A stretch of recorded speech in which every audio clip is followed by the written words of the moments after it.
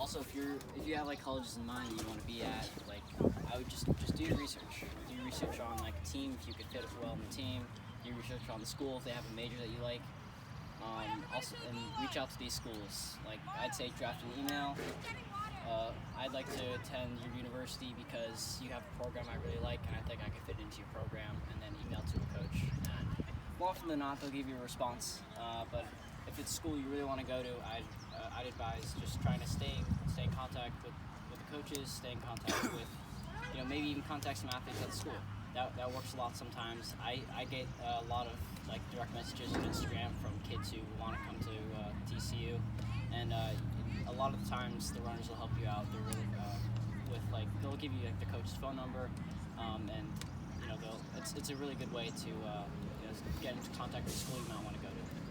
And when colleges reach out to you, Finn, are those kids that you have a connection with, either because they're from around here, or are they just random kids that text you? Some of the times it's just random kids. To be honest, I mean, I've had kids from Texas reach out to me and be like, I saw you're on the team. Like, can you tell me what you like about it, what you don't like about it, and if you'd recommend it for someone else? And kind of things like that, just asking general questions, which I think is a really good idea. I didn't actually do that myself, but I think asking someone who's currently like on the team that you want to be on, is a really good idea. Like getting a feel for like if you think you fit in well there. And when coaches reach out to you, because I'm sure it'll happen. It happens. It'll happen to all of you, I bet. When they reach out to you, I'd advise talking to the coach and see what they're like, because the coach is a really big part of the school that you want to be at. So if it's a coach who has a style that like you think you could work with and it's a school you like, I'd recommend just having consistent calls with them, because staying in touch with coaches is really important. When you lose touch with a coach, if you don't talk to them for like a month or two, they'll probably have moved on and they've been talking to other recruits, because plenty of kids like want a spot in the college roster. So yeah. Yeah. You pretty much stated a lot of what I was going to say, but definitely the key point is like that constant communication, because if you don't, not like saying they're going to forget about you, but there's like 800 kids reaching out to them at the same time, so always talking to them is like probably the most important thing. And when you write emails, don't make it like a cookie cutter email that you send out to every single college. Find that school, research it, find what you like about it, and include that in the email, because then they're going to realize that you took the time to research it and you want to go to that school. The other thing too, because I've done this twice now, is make sure you go to that school not just for running. Like I know that's what you guys love to do, you love to do sports or anything, but make sure it's a program that you want to do for the rest of your life, because you're going to graduate with that degree.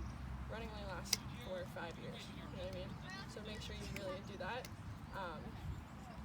Also make sure that the coach that you're going want to see is going to stick around. Ask those like hard questions, because it's hard when the coach you went for is now at a different school and you're stuck with whoever else showed up. So make sure you ask those hard questions. It might be awkward in the moment, but like it'll be worth it when you have 4 years with a great coach that you love. But don't give up. If someone doesn't answer you right away, don't call it quits and move on. Like, stay with it. Keep asking them questions. Keep reaching out. It's the best thing you can do. Was it different transferring? Oh, it's a totally different game. Yeah. When you transfer, you have to actually enter a portal. You can't practice with the team that you were originally on anymore. Pretty much like almost like it's like cut ties. So if you're gonna transfer, make sure that's what you want to do, because it's a long, hard process. There's a whole portal to it, and you're kind of just starting over again. So, what do you guys think coaches are looking for? Athletes that want to be at their school. I think that's like the biggest thing. If like athletes like I love your school for both running and list like a few other reasons. Like I like the area. I like I like how big the campus is, like where it's located. Just saying, more the coaches love it when kids want to be at their school. Obviously, they want you to run fast times, but they want a kid who's like willing to work hard, willing to commit to a program in a school that they're really interested in. Yeah. Attitude about it is the biggest thing. They want someone that they can coach and that's willing to listen.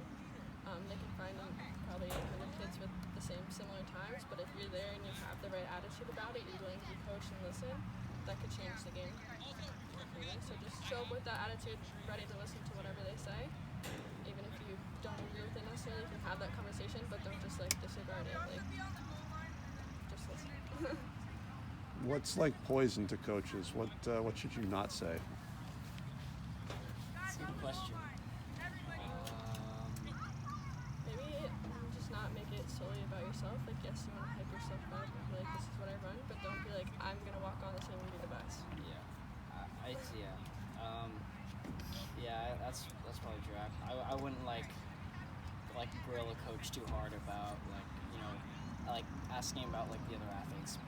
I probably wouldn't do that. I wouldn't be like, oh, like, is this how fast does this person run, or like something like that, or like where do you think I would be on the team? I don't know. I try to make it more about like you wanting to be at the school rather than just like comparing times. Yeah. Who here's been contacted by a coach already? Some of you guys have gotten emails, right? Yeah, Rand's got spam one. emails. It's like 5,000. Yeah. Not exactly colleges looking at, you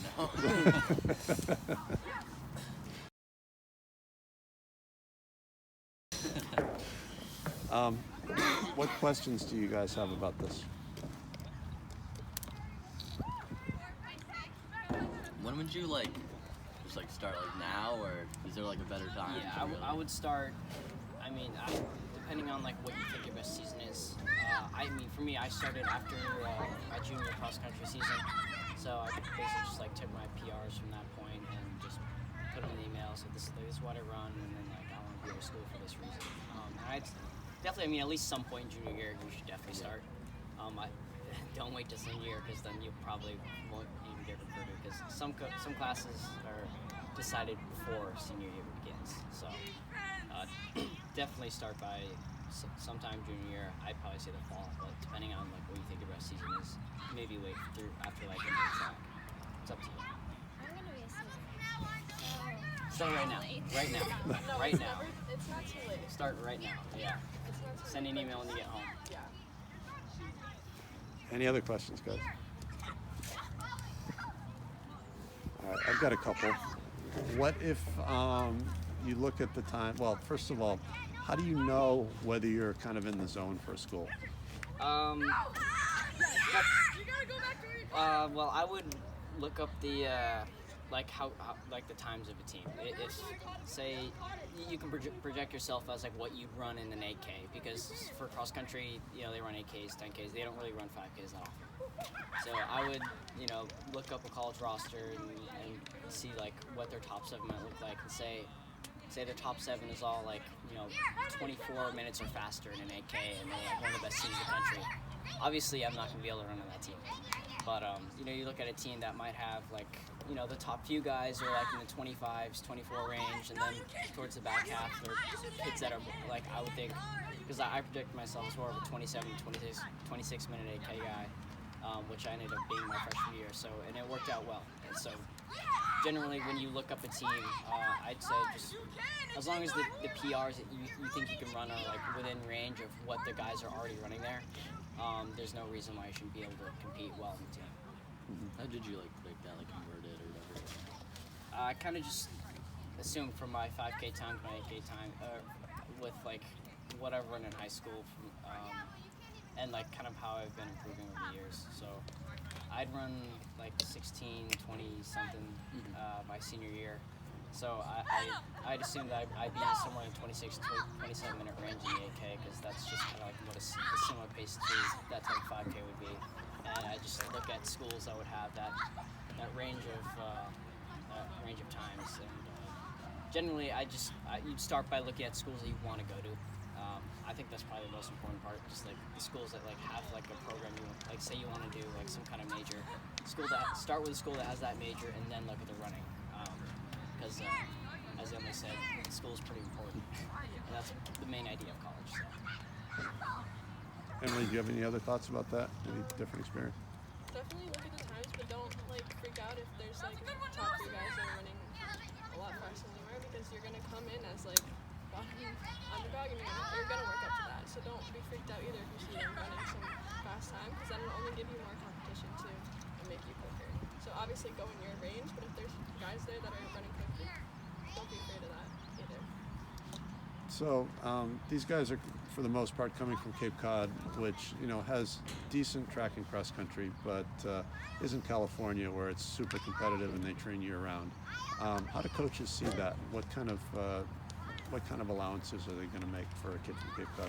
I think that's a point you should almost like hammer on when you're telling coaches, because when you tell coaches that, like, I've only been running for a set amount of years and I've already run these times and I've done less training than probably most of the guys who have reached out to you, that'll tell coaches you have a much higher ceiling than, say, a kid from California who runs maybe a little bit faster than you, but he's doing 50, 60, 70-mile weeks for like the past couple of years, and you've done maybe a quarter of that, and you're running like really not that much slower. So that'll tell a coach that you have a lot more potential than one of those kids might. So I think that could be like a kind of game changer when you're reaching out to schools.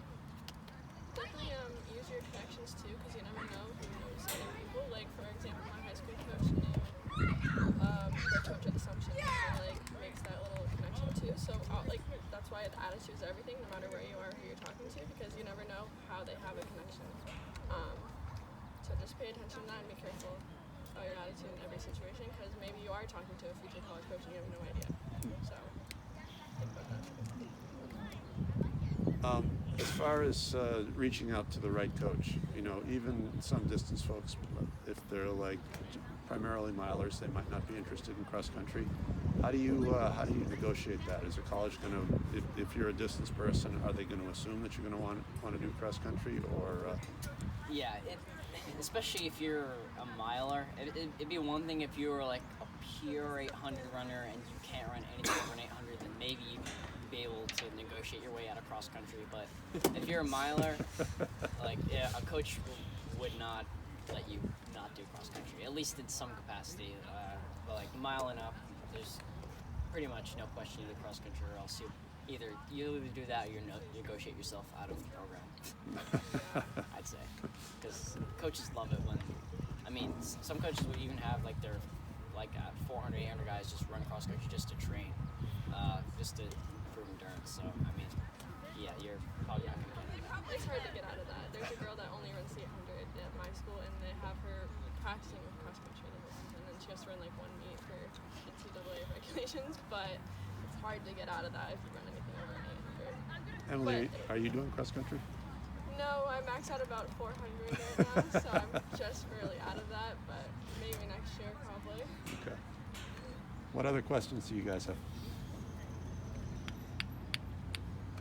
How many did you know what college you really wanted to go to, or you just kind of Yeah, I think so. I wanted to go to a bigger school, and TCU's in like a conference that I thought was like pretty cool. So, and they had like programs that I wanted. So when I visited, I loved it. Also, that's another big thing. Definitely visit the school before you go there. I've heard of kids just like decide on a school without even going to see it. So definitely something you need to do. But I visited all the like my top few schools, and I'd say mostly knew that's where I wanted to go. I pretty much had the same idea, but you can also just make a list and then see what colleges fall into. Big or small, running program, this and that, majors, and make that list, and then just see what each one falls into. And then obviously visit the top ones. You definitely, like he said, have to go visit though, because you only really know if you want to go there by the atmosphere. Other questions, guys? Rhiannon, you look like you have a question. No. All right.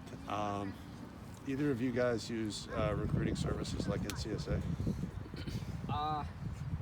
I signed up for it. I didn't really use it, to be honest. I don't know. I don't think it's all that helpful. I don't think it would really change how much that really works, because the majority of kids will just email the coach.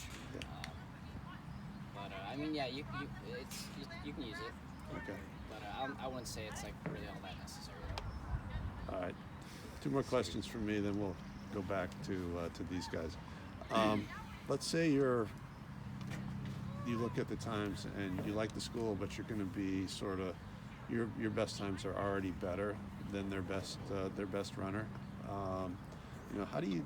Because somebody in the recruiting class has to be the best recruit. How do you negotiate that without coming off like a jerk? That's a good question. Because I talked to a few schools like that, and it is an interesting conversation because a lot of the times the coach would be like, yeah, we could definitely use you on our team. You would help us like right away. And I mean, I feel like more often than not that coach would already would know how you're standing and be like, yeah, like we really want you to come to your school, and they'd want you more, and they'd probably reach out more.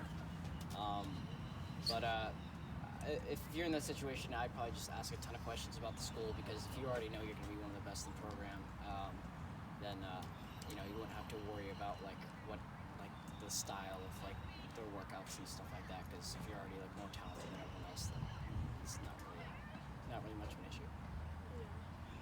Kind of look at the coach and see if they're gonna be willing to push you, because the people around you might not push you quite as much. So that's when I pay a little more attention to see if he's gonna push you or not. I kind of went through the same thing. I had almost went to a D3 school, but then the coach was like, "Oh, come on in, you'll already be jumping far higher than whatever." But I just didn't feel like that he was gonna really push me. He was just gonna kind of let me plateau. So you gotta feel that out, because I mean, you guys are obviously going because you want to get better, not because you want to stay the same. So. And the opposite question: what if you're not even at the walk-on level for them, but you really let you down soft, or they just blunt no? How would you tell? It's also a good question. I didn't really reach out to any schools like that. I didn't go out of my way. I didn't reach out to northern Arizona. So I mean, I just hammer the point that I love the school and I would do anything to run for this team. And a coach would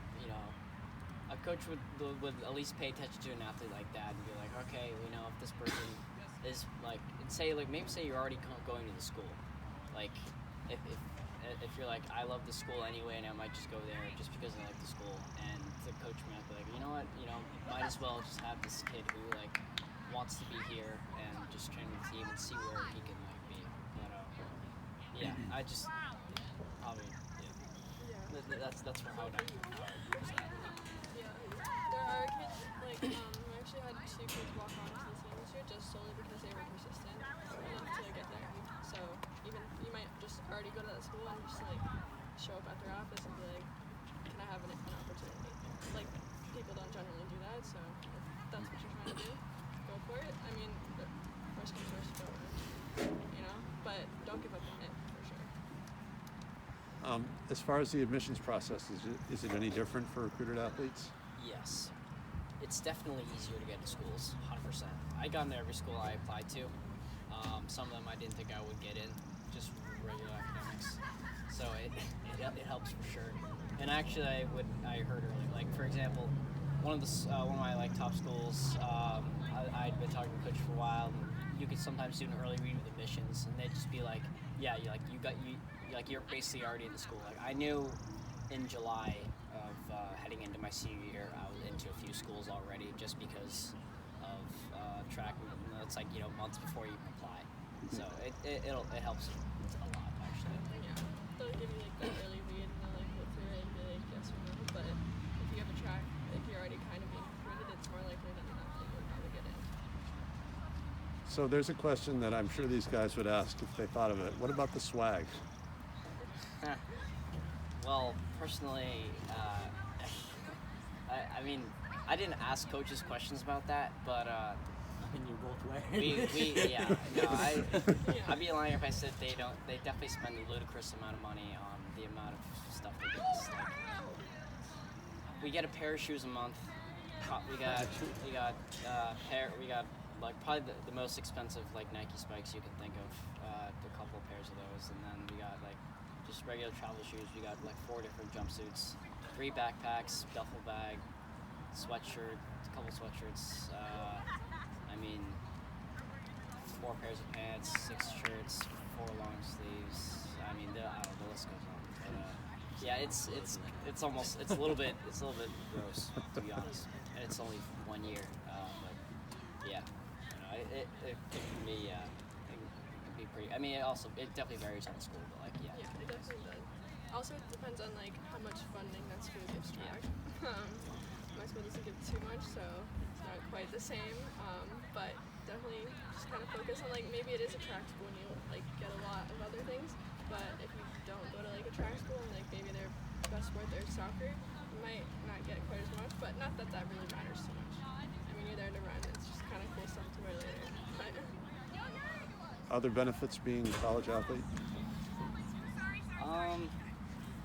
Again, this kind of just depends on your school. But at my school, at least, we have like our own dining hall for athletes, so which is a lot better than the regular dining hall. So we get like food catered more to like. I mean, not that it's necessarily set up for like track athletes, but like food more catered to like better like healthier eating, I'd say. And it's, I mean, it's not a dining hall we use like we can use 24/7, but more often than not, like that's where you eat all our meals. And it's quite a bit better than like your average dining hall. yeah, you also show up with teammates that are like pretty much already instant friends. Exactly. That's Yes, like a that- hard no. part about Yeah. going to college. You know nobody, but as soon as you get there, like you instantly have like 30 friends. Yeah, So it's super nice. that's definitely a big thing. Yeah. Come in, you basically have your group of friends, so that's yeah. They also push you a little bit more. Like my school has mandatory study for anyone under a certain GPA, so they're gonna hold you accountable. They won't let you fall through the cracks, and if you didn't have that, it kind of can be hard sometimes. So they definitely push you and like make sure you stay where you need to be too, which I like a lot. Any other questions, guys? All right, what do you say to Emily and Finn? Thank you very much. Thanks, guys.